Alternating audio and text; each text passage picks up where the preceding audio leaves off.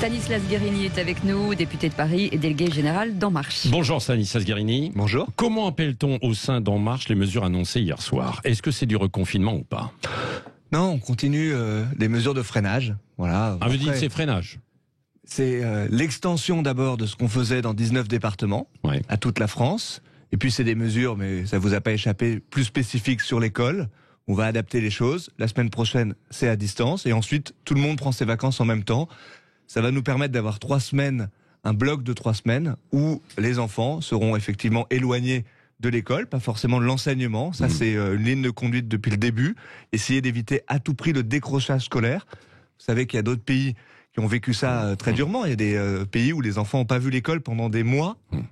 Et Jean-Michel Blanquer le dit, il a bien raison. C'est une catastrophe éducative. La France a réussi à éviter ça. C'est une ligne de conduite depuis le début. Puis en même temps, il fallait prendre des mesures responsables. On voit bien quelle est la situation dans les hôpitaux. On est contraint, évidemment, et j'utilise ce terme parce que c'est une contrainte collective, mais d'avoir ce freinage-là pour ensuite envisager la fin du tunnel. Non mais Stanislas Guerini, moi je pense que les gens, interdit de dire reconfinement. Non, c'est pas interdit.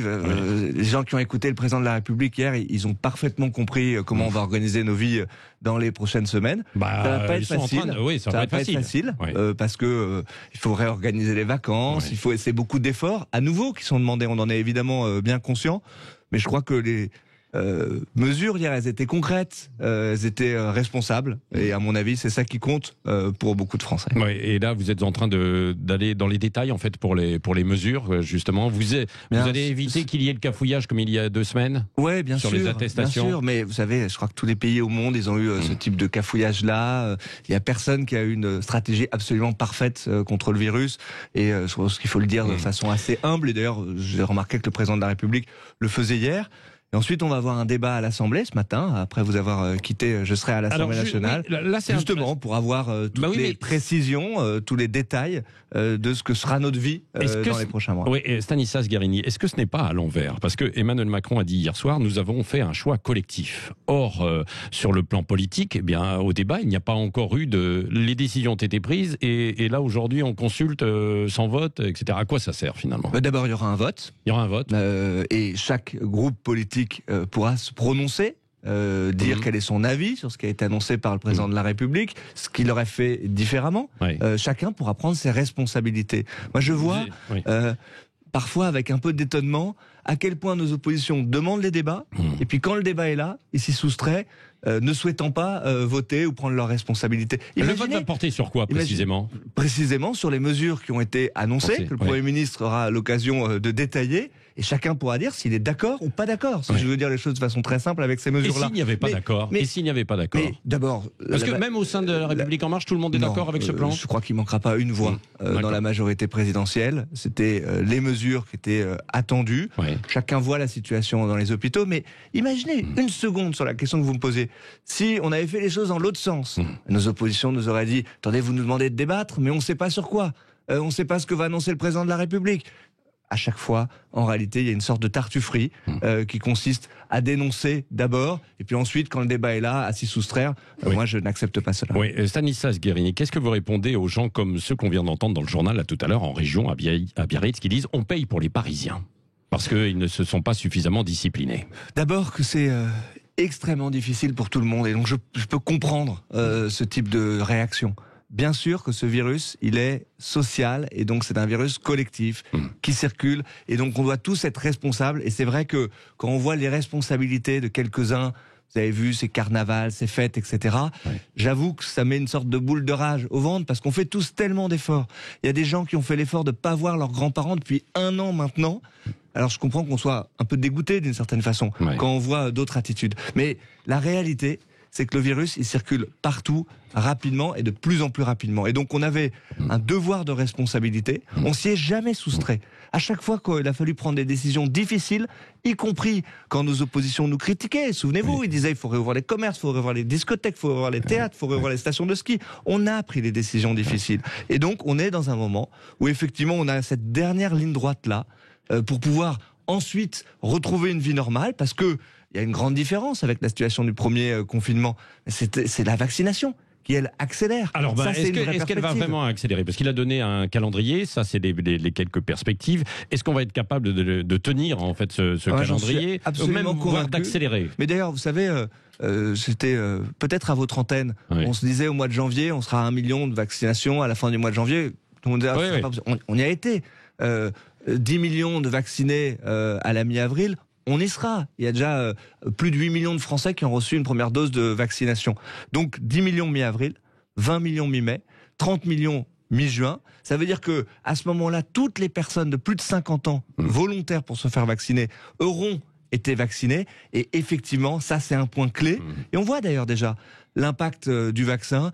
Regardez en EHPAD, Oui. le président de la République le disait hier, les gens en EHPAD commencent à retrouver une vie normale parce qu'on a vacciné plus de 90% des gens en EHPAD.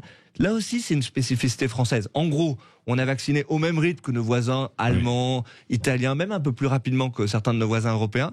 Mais on a ciblé davantage ce vaccin sur Mais les est-ce qu'on personnes l'aurait les pas plus pu- âgées. Oui. Et ça, il faut s'y tenir parce que c'est ce qui marche pour effectivement ensuite réduire le nombre de morts. Oui, bien sûr, mais il n'y a pas que ça. Il y a aussi le pays qui doit tourner. Si on avait vacciné peut-être un petit peu plus les enseignants, peut-être qu'on aurait pu Mais éviter, non? Vous C'était croyez pas- bien que si on avait eu davantage de doses, on l'aurait fait à une vitesse démultipliée. Le problème, c'était pas un problème d'organisation, de nombre de centres de vaccination, etc. Il y en a 2700 qui sont aujourd'hui ouverts pour vacciner tout le monde.